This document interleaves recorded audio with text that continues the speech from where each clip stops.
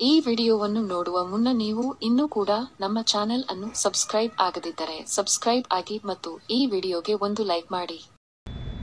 ಹೇ friends, ನನ್ನ ಹೆಸರು ಭರತ್ ಅಂತ. ನಾನು ಇರೋದು ಬೆಳಗಾವಿಯಲ್ಲಿ. ನಮ್ಮ ತಂದೆ ತೀರಿ ಹೋಗಿದ್ದಾರೆ. ಮನೆಯಲ್ಲಿ ನನ್ನ ತಾಯಿ ಮತ್ತೆ ತಮ್ಮ ಇದ್ದೇವೆ. ಹೀಗಾಗಿ ಮನೆಯ ಜವಾಬ್ದಾರಿ ನನ್ನ ಮೇಲಿದೆ. ದೂರದ ಬೆಂಗಳೂರಿಗೆ ಕೆಲಸಕ್ಕೆ ಬಂದಿದ್ದೇನೆ. ಕೆಲಸಕ್ಕೆ ಹೋದಾಗ ನಡೆದ ಘಟನೆಯನ್ನು ಈ ವಿಡಿಯೋದಲ್ಲಿ ಹೇಳುತ್ತೇನೆ. ವಿಡಿಯೋವನ್ನು ಸ್ಕಿಪ್ ಮಾಡದೆ ನೋಡಿ. ಬೆಂಗಳೂರಿನಲ್ಲಿ ಸಣ್ಣ ರೂಮ್ ಬಾಡಿಗೆ ಮಾಡಿಕೊಂಡಿದ್ದೆ. ಕೆಲಸ ಅರಸಿ ಅನೇಕ ಕಂಪನಿಗಳಿಗೆ ಅಲೆದಾಡಿದೆ. ಆಮೇಲೆ ಒಂದು ಕಂಪನಿಯಲ್ಲಿ ಕೆಲಸ ಸಿಕ್ತು. ಅಲ್ಲಿ ಎಲ್ಲರೊಂದಿಗೆ ಪರಿಚಯ ಮಾಡಿಕೊಂಡೆ. ಪೂರ್ಣವಿರಾಮ. ಅಲ್ಲಿ ಇರೋರು ಎಲ್ಲರೂ ಬೆಂಗಳೂರು ಸುತ್ತಮುತ್ತಲಿನ ಜನರೇ ಆಗಿದ್ದರು. ಹೀಗಾಗಿ ಯಾರೂ ನನ್ನೊಂದಿಗೆ ಅಷ್ಟಾಗಿ ಸ್ನೇಹ ಮಾಡಿಕೊಳ್ಳಲಿಲ್ಲ. ಏನಾದರೂ ಕೇಳಲು ಹೋದ್ರೆ ಕೇಳಿದ್ರು ಕೇಳಿದ ಹಾಗೆ ಇರುತ್ತಿದ್ದರು. ಇಲ್ಲ ಅಂದ್ರೆ ಬೇರೆ ಏನೋ ಹೇಳಿ ಕಳಿಸತ್ತಾ ಇದ್ದರು. ಕೆಲವೊಮ್ಮೆ ಬಾಯಿಗೆ ಬಂದಂತೆ ಬೈದು ಕಳಿಸ್ತಾ ಇದ್ದರು. ಈ ಎಲ್ಲ ಕಾರಣದಿಂದ ನನಗೆ ಬೇಸರ ಆಗಿತ್ತು. ವಾಪಸ್ ಊರಿಗೆ ಹೋಗಿ ಬಿಡಲಿ ಅನಿಸ್ತಾ ಇತ್ತು. ಆದರೆ ಏನ ಮಾಡೋದು, ಮನೆಯಲ್ಲಿನ ಪರಿಸ್ಥಿತಿ ನೋಡಿ ತೊಂದರೆ ಆದ್ರೂ ಪಡೆದುಕೊಂಡಿದ್ದೆ. ನಮ್ಮ ಕಂಪನಿ ಬೇರೆ ಬೇರೆ ಕಡೆಗೆ ಬ್ರಾಂಚ್ ಹೊಂದಿತ್ತು. ಹೀಗಾಗಿ ನಮ್ಮ ಸಿಡುಕ ಮೇಲ್ವಿಚಾರಕ ಬೇರೆಡೆ ವರ್ಗಾವಣೆ ಆದ. ನಾನು ಒಳ್ಳೆಯ ಮ್ಯಾನೇಜರ್ ಬರಲಿ ಅಂತ ಅಂದುಕೊಂಡೆ. ಹಾಗೆ ಒಬ್ಬರು ಮ್ಯಾನೇಜರ್ ಬಂದೇ ಬಿಟ್ಟರು. ಅವರನ್ನು ನೋಡಿ ಗಾಬರಿಯಾದೆ. ಯಾಕೆಂದರೆ ಅವರು ನೋಡಲು ಸುಂದರ, ಮುಖದಲ್ಲಿ ನಗು, ವರ್ತನೆಗೆ ಸಿಗದ ರೀತಿಯಲ್ಲಿ ಇದ್ದರು. ಮ್ಯಾನೇಜರ್ ಕೂಡ ನನ್ನ ಹಾಗೆ ಮನೆಯ ಜವಾಬ್ದಾರಿಯಿಂದ ಬೆಂಗಳೂರಿಗೆ ಬಂದಿದ್ದರು. ಅವರು ಯಾವಾಗಲೂ ತಮ್ಮ ಕೆಲಸದಲ್ಲಿ ಇರುತ್ತಿದ್ದರು. ಅವರು ನಮ್ಮ ಭಾಗದವರೇ ಆಗಿದ್ದರು. ಪೂರ್ಣವಿರಾಮ. ಹೀಗಾಗಿ ಅಲ್ಲಿನ ಜನರೊಂದಿಗೆ ಅಷ್ಟೊಂದು ಸಲಹೆ ಹೊಂದಿದಿಲ್ಲ. ಹೀಗೆ ಒಂದು ದಿನ ಕಂಪನಿಯಲ್ಲಿ ಕೆಲಸ ಮಾಡುತ್ತಿದ್ದಾಗ ನನ್ನ ನೋಡಿ ತಮ್ಮ ಕ್ಯಾಬಿನ್ಗೆ ಬರಲು ಹೇಳಿದರು. ನಾನು ಕೆಲಸದಲ್ಲಿ ತಪ್ಪು ಮಾಡಿದ್ದೆ. ಅದನ್ನು ನೋಡಿ ಬೈಯದೆ ನಿಧಾನವಾಗಿ ತಿಳಿ ಹೇಳಿದರು. ಅಲ್ಲದೆ ಹೀಗೆ ಮುಂದೆ ನಡೆಯದಂತೆ ಬುದ್ಧಿ ಹೇಳಿದರು. ಹಾಗೆ ಮಾತನಾಡುತ್ತಾ ನಾನು ಕೂಡ ಅವರ ಊರಿನವನೇ ಅನ್ನೋದು ಅವರಿಗೆ ಗೊತ್ತಾಯಿತು. ಅದನ್ನು ಕೇಳಿ ಅವರಿಗೆ ಸಂತೋಷ ಆಯಿತು. ನನ್ನ ಹಿನ್ನೆಲೆ ಕೇಳಿದ್ರು. ಪೂರ್ಣವಿರಾಮ ಆಮೇಲಿಂದ ಕೆಲಸವನ್ನು ಚೆನ್ನಾಗಿ ಹೇಳಿಕೊಡುತ್ತಿದ್ದರು.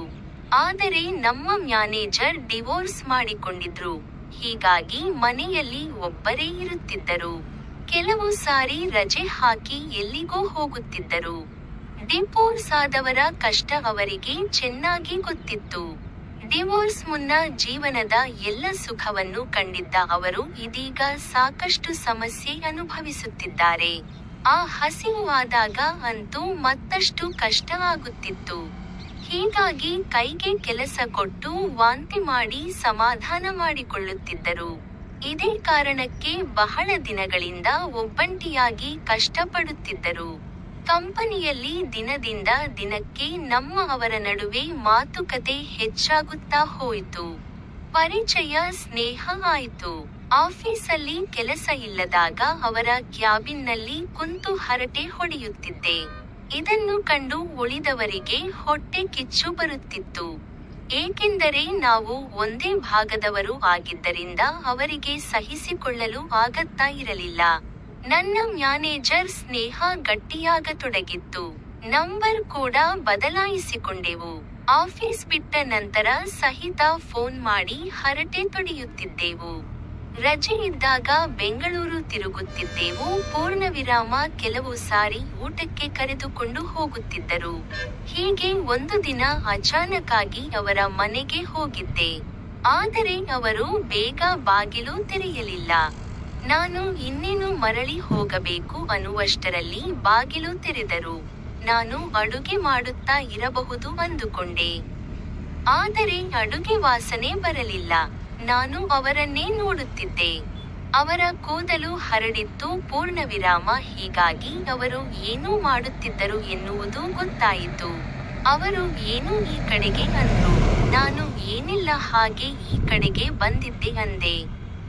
ರಜೆ ಇದ್ದ ಕಾರಣ ಹೊರಗಡೆ ಬರತ್ತೀರಾ ಅಂತ ಕೇಳೋಕ್ಕೆ ಬಂದೆ ಅಂತ ಹೇಳಿದೆ. ಅವರು ಒಳಗಡೆ ಕರೆದು ಚಹಾ ಕೊಟ್ಟರು.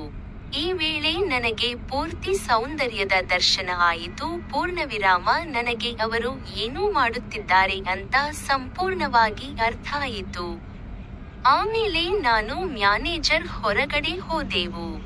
ಹೊರಗಡೆ ಹೋದಾಗ ಕೆಲವೊಮ್ಮೆ ಬೇರೆ ಬೇರೆ ಮಾತು ಆಡುತ್ತಿದ್ದೆವು, ಚುಡಾಯಿಸುತ್ತಿದ್ದೆ. ಇದರಿಂದ ಅವರಿಗೆ ಖುಷಿಯಾಗುತ್ತಿತ್ತು. ಇದು ನನಗೆ ಗೊತ್ತಾಗಿ ಮತ್ತಷ್ಟು ಕಿಟಲೆ ಮಾಡುತ್ತಿದ್ದೆ. ಅವರು ಸಹ ತಮ್ಮ ಮನೆ, ಕುಟುಂಬ, ಜೀವನದ ಬಗ್ಗೆ ನನ್ನ ಮುಂದೆ ಹೇಳಿಕೊಳ್ಳುತ್ತಿದ್ದರು. ಒಂದು ದಿನ ಹೊರಗಡೆ ಹೋದಾಗ ಟೀ ಕೊಡುವಾಗ ಅವರ ಕೈ ತಾಗಿತು. ನನಗೆ ಕರೆಂಟ್ ಹೊಡೆದ ಅನುಭವ ಆಯಿತು. ಅಲ್ಲಿಂದ ಬೇರೆ ವಿಚಾರ ಬರಲು ಶುರುವಾಯಿತು. ಆದರೆ ಜಾಸ್ತಿ ಯೋಚನೆ ಮಾಡಲಿಲ್ಲ. ನಾನು ಅವರನ್ನು ಇಷ್ಟಪಡಲು ಶುರು ಮಾಡಿದೆ. ಅವರಿಗೆ ಅದು ಗೊತ್ತಾಯಿತು, ಆದರೂ ಸುಮ್ಮನೆ ಇದ್ದರು. ಹೀಗೆ ದಿನಗಳು ಕಳೆಯುತ್ತಾ ಇದ್ದವು. ಒಂದು ದಿನ ಅವರೇ ನಿನಗೆ ಒಂದು ಮಾತು ಕೇಳುತ್ತೇನೆ ಅಂತ ಅಂದ್ರು. ನಾನು ಹೇಳಿ ಅಂದೆ. ಅವರು ಯಾಕೆ ನನಗೆ ಒಂದು ರೀತಿ ನೋಡುತ್ತಾ ಇದೀಯಾ, ಏನಾದರೂ ಇದ್ದರೆ ನೇರವಾಗಿ ಹೇಳು ಅಂತ ಅಂದುಬಿಟ್ಟರು. ಅವರ ಮಾತು ಕೇಳಿ ಭಯ ಶುರುವಾಯಿತು. ಏನು ಮಾಡಬೇಕು ಗೊತ್ತಾಗದೆ ಸುಮ್ಮನಾಗಿಬಿಟ್ಟೆ. ಅವರು ಮತ್ತೊಮ್ಮೆ ಮಾತನಾಡುತ್ತಾ, ಇವಾಗ ಹೇಳಿದ್ರೆ ನಮ್ಮ ಸ್ನೇಹ ಇರುತ್ತದೆ, ಇಲ್ಲ ಅಂದರೆ ಆಫೀಸ್ ಮಾತ್ರ ನಮ್ಮ ಮಾತುಗಳು ಸೀಮಿತ ಆಗುತ್ತೆ ಅಂದರು. ನಾನು ಏನೂ ಹೇಳದೆ ಅಲ್ಲಿಂದ ಹೊರಟುಬಿಟ್ಟೆ. ಮುಂದೆ ಆಫೀಸ್ಗೆ 2 ದಿನ ರಜೆ ಇತ್ತು. ಕೊನೆಗೆ ಅವರೇ ಫೋನ್ ಮಾಡಿ ಮಾತನಾಡುವುದು ಇದೆ, ಮನೆಗೆ ಊಟಕ್ಕೆ ಬಾ ಅಂತ ಕರೆದರು. ಮೊದಲೇ ಮಳೆಗಾಲ, ಜೋರು ಮಳೆ ಬರುತ್ತಾ ಇತ್ತು. ನಾನು ಆಟೋ ಹಿಡಿದುಕೊಂಡು ಅವರ ಮನೆಗೆ ಖುಷಿಯಿಂದ ಹೋದೆ. ಬಾಗಿಲು ಬೆಲ್ ಮಾಡಿದೆ. ಅವರು ಬಂದು ಬಾಗಿಲು ತೆರೆದರು. ಪೂರ್ಣವಿರಾಮ. ಆ ಕ್ಷಣ ಅವರನ್ನು ನೋಡಿ ಗಾಬರಿಯಾದೆ. ಅವರು ಹಸಿರು ಬಣ್ಣದ ತೆಳುಬಟ್ಟೆ ಧರಿಸಿ ಸುಂದರವಾಗಿ ಕಾಣುತ್ತಿದ್ದರು. ಆಗ ಅವರು ಏನೂ ನೋಡುತ್ತಿರುವೆ, ಒಳಗಡೆ ಬಾ ಅಂದ್ರು. ನಾನು ಸಡನ್ ಆಗಿ ಒಳಗಡೆ ಹೋದೆ. ಊಟಕ್ಕೆ ಕುಳಿತೆ. ಪೂರ್ಣವಿರಾಮ. ಅವಾಗಲೂ ಮ್ಯಾನೇಜರ್ ಅವರನ್ನೇ ನೋಡುತ್ತಿದ್ದೆ. ಅವರು ನನ್ನ ಗಮನಿಸುತ್ತಿದ್ದರು. ಅವರ ಕಣ್ಣುಗಳಲ್ಲಿ ಸಂತೋಷ ಕಾಣಿಸುತ್ತಿತ್ತು. ಅದು ನನಗೆ ಗೊತ್ತಾಯಿತು. ನಾನು ಧೈರ್ಯ ಮಾಡಿ ನಿಮಗೆ ಇಷ್ಟಪಡುತ್ತಾ ಇದ್ದೇನೆ ಅಂತ ಹೇಳಿಬಿಟ್ಟೆ. ಅವರು ನನಗಿಂತ ನೀ ಚಿಕ್ಕವನು ಅಂತ ಗೊತ್ತು ತಾನೇ ಅಂದರು. ನಾನು ಅದೇನೂ ಗೊತ್ತಿಲ್ಲ ಅಂದೆ. ಅದೇ ವೇಳೆ ಅವರು ಸರಿ ಎನ್ನುತ್ತಾ ಇರುವಾಗಲೇ ಹೊರಗಡೆ ಜೋರಾಗಿ ಸಿಡಿಲು ಬಡಿಯಿತು. ನಾವು ಮೌನವಾದೆವು. ಅಲ್ಲಿಂದ ಎಲ್ಲ ಕೆಲಸ ಆಯಿತು. ಇದೀಗ ಅದೇ ಕಂಪನಿಯಲ್ಲಿ ಕೆಲಸ ಮಾಡುತ್ತಿದ್ದೇನೆ. ಪೂರ್ಣವಿರಾಮ. ಅವರು ಯಾವುದೇ ಬ್ರಾಂಚ್ಗೆ ವರ್ಗಾವಣೆ ಆದರೂ ಅವರ ಮನೆಗೆ ಹೋಗಿ ಬರುತ್ತಾ ಇದ್ದೇನೆ. ಪೂರ್ಣವಿರಾಮ. ನಾವು ಖುಷಿಯಿಂದ ಇದ್ದೇವೆ. ಸ್ನೇಹಿತರೆ, ನನ್ನ ಕಥೆ ನಿಮಗೆ ಇಷ್ಟ ಆದ್ರೆ ಈ ವಿಡಿಯೋಗೆ ಲೈಕ್ ಮಾಡಿ, ಚಾನೆಲ್ ಸಬ್ಸ್ಕ್ರೈಬ್ ಮಾಡಿ. ಧನ್ಯವಾದಗಳು.